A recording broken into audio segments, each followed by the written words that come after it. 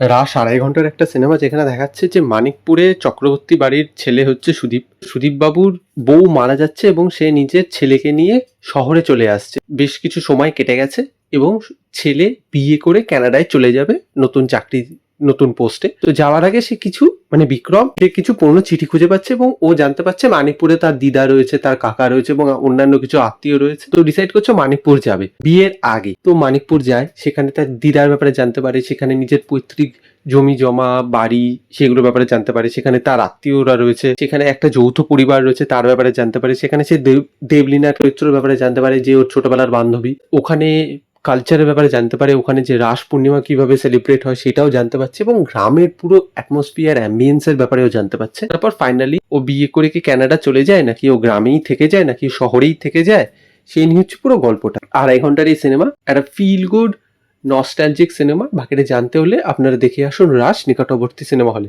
খুবই limited shows পেয়েছে, প্রতিটা হলেই বোধহয় একটা করেই শো পেয়েছে। তো সিনেমাটা আমার কিরকম লাগলো দেখুন, প্রথমেই বলে দিই এই সিনেমায় কিন্তু সিনেমাটোগ্রাফি, প্রোডাকশন ডিজাইন, মিউজিক এবং পারফরমেন্সেস যথেষ্ট ভালো হয়েছে। বিশাল বড় এনসেম্বল কাস্ট রয়েছে, অনির্বাণ রয়েছে, দেবলীনা রয়েছে, বিক্রম রয়েছে, সুদীপ্ত রয়েছে, অনির্বাণ রয়েছে, রণজয় রয়েছে। বিশাল বড় কাস্টিং, অনেকের নাম আমি হয়তো মিসও করে যাচ্ছি, কিন্তু সবাই নিজের যে ছোট ছোট রোলগুলো যারা যারা পেয়েছে বা এরকম যারা মেইন কাস্ট রয়েছে তারা কিন্তু সবাই নিজের পারফরমেন্সেস যথেষ্ট ভালো দিয়েছে। এবং যেহেতু এখানে মিউজিকের কাজ সত্যি খুব ভালো হয়েছে এবং সিনেমাটোগ্রাফিও খুব ভালো হয়েছে এবং পারফরমেন্স আমি আগেই বললাম সবাই খুব ভালো করেছে, সেই জন্য এখানে যে মোমেন্টসগুলো তৈরি করেছে বিশেষ করে ফার্স্ট হাফে, সেই মোমেন্টসগুলো সত্যি খুব ভালো।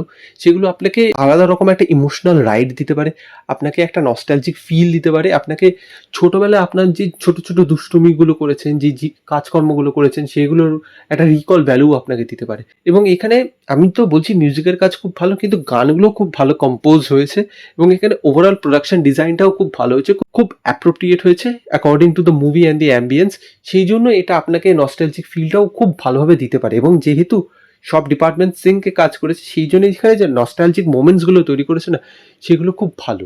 এবং এখানে সাব টেক্সটে গ্রামের কিন্তু অনেক কিছু ব্যাপারে বলেছে, যে ফান্ডিং কম, সেখানকার পঞ্চায়েত অফিসের কি প্রবলেম, সেখানকার মানুষরা টাকার অভাবের জন্য নিজেদের জমি সম্পত্তি কিভাবে বিক্রি করে দিচ্ছে সেটা দেখানো হচ্ছে, সেখানে সরকারের অনুদান ঠিকঠাক পৌঁছচ্ছে না সেই জন্য গ্রামের স্কুলগুলো কিভাবে সাফার করছে সেইগুলোও দেখানো হচ্ছে, চাষিরা কি কি প্রবলেম ফেস করছে সেগুলোও কিন্তু দেখানো হচ্ছে। তো সেইগুলো কিন্তু সাবটেক্সটে কিছু কিছু জায়গায় কিন্তু ভালোভাবে দেখাতে পেরেছে। এবং এখানে লিড পেয়ার রণজয়, অনির্বাণ, দেবলীনা এবং অনুসুয়া দেবী, এদের ভিতর যে কেমিস্ট্রি রয়েছে সেগুলো খুব ভালো। এবং এখানে অনির্বাণ চক্রবর্তী একটা খুব ইনোসেন্ট চরিত্র রয়েছে, সেটাকে দেখে কিন্তু আপনার হাসি পাবে। এবং এখানে যেভাবে ক্লাইম্যাক্সটাকে ডিজাইন করেছে, ক্লাইম্যাক্সটা কিন্তু একটা ফিল গুড ব্যাপার আনছে। আপনি তরুণ মজুমদার, আপনি যদি আলো দেখে থাকেন ঋতুপর্ণ সেনগুপ্ত, সেই জিনিসটাই কিন্তু এখানে রিক্রিয়েট করতে পেরেছে। কিন্তু আমি বলবো না একটা কপি, নিজের রকম করে একটা রিক্রিয়েশন করেছে। গ্রামের যে সোসাইটিটা রয়েছে যেটার ব্যাপারে আমরা শহরের থেকে অত কিছু জানি না, এটা কিন্তু খুব ভালোভাবে দেখাতে পেরেছে। ওখানকার মানুষরা কিরকম হয়, ওদের মেন্টালিটি কিরকম হয়, ইনিশিয়ালি কিন্তু ওরা কিরকম রিজিড হয়, বাইরের লোককে অ্যাকসেপ্ট করতে চায় না, যেটা নর্মাল হয়, কিন্তু একবার অ্যাকসেপ্ট হয়ে গেলে খুব কাছে রেখে দেয়। তো সেই ফিলিংস গুলো খুব ভালোভাবে দেখিয়েছে। কিন্তু এইগুলো তো ভালো দিক হলো, খারাপ দিক দেখুন, আমি যেটা বললাম যে ফার্স্ট হাফে নস্টালজিক যে মোমেন্টস গুলো রয়েছে সেগুলো কিন্তু দেখতে ভালো লাগছে, সেকেন্ড হাফে গিয়ে না জিনিসটা ওভারস্টাফ হয়ে গেছে, পুরো নস্টালজিয়া নস্টালজিয়া নস্টালজিয়া আপনি দেখিয়ে যাচ্ছে। প্রতিটা ক্যারেক্টারের আপনি কিছু প্রবলেমস দেখাচ্ছেন, কিন্তু সেইগুলো প্রবলেমস গুলো মুখোমুখিই রয়েছে এবং তার যে সমস্যার সমাধান সেগুলো কিন্তু মুখে মুখেই হয়ে যাচ্ছে, কিংবা ব্যাকগ্রাউন্ড হয়ে যাচ্ছে, সেটার কিন্তু কোনো রিয়েল ইম্প্যাক্ট স্টোরির উপর পড়ছে না, সেটা একটা রয়েছে। এবং এই যে এতগুলো ক্যারেক্টার রয়েছে তাদের ব্যাপারে আমরা খুব ভালোভাবে যে বুঝতে পারছি সেটাও না। ২.৫ ঘন্টার আপনার সিনেমা রয়েছে, কিন্তু এখানে কিন্তু অনেকগুলো ক্যারেক্টারকে ইন্ট্রোডাকশন করানো হচ্ছে, তাদের ক্রাইসিস দেখানো হচ্ছে, কিন্তু তারপর তাদের কোনো ক্লোজার নেই। যেমন মনে হচ্ছিল যে বেশ কিছু কিছু ক্যারেক্টার, বেশ কিছু কিছু পোর্শন কিন্তু কেটে দিতে পারতো, তাতে কিন্তু সিনেমাটা আরেকটু ফাস্ট মুভ করতো, আরেকটু বেটার ফিল হতো। এবং এখানে যেটা আমি আমার থাম্বনেলেও ইউজ করেছি, যে প্র্যাকটিক্যালি যেটা দেখাচ্ছে, আপনি সুদীপ যে ক্যারেক্টার রয়েছে বিক্রমের বাবা, তার দিকটা ভেবে দেখুন, তার বউ মারা গেছে, তার কাছে একটা ছোট ছেলে রয়েছে, সে চাইছে যে গ্রামে তেমনি কোনো অ্যাসপেক্ট নেই গ্রো করার, ভালোভাবে থাকার, সে চাইছে তার ছেলে যেন ভালোভাবে থাকে, তাকে গ্রামের থেকে বাইরে নিয়ে যাচ্ছে, তাকে ভালোভাবে মানুষ করছে।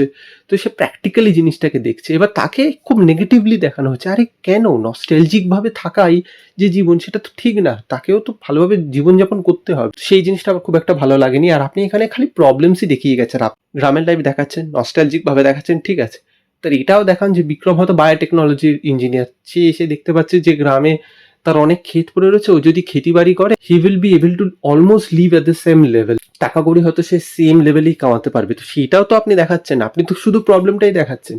এমন তো না যে আপনি দেখাচ্ছেন যে আমরা গ্রামের প্রতি নজর দিচ্ছি না, যাদের গ্রামের বাড়ি রয়েছে তারা যদি একটু খেতি বাড়ি করতো প্রসপার করতে পারতাম, সেটাও তো না, আপনি তো শুধু প্রবলেমই দেখিয়ে গেলেন। তো এই জিনিসগুলো রয়েছে।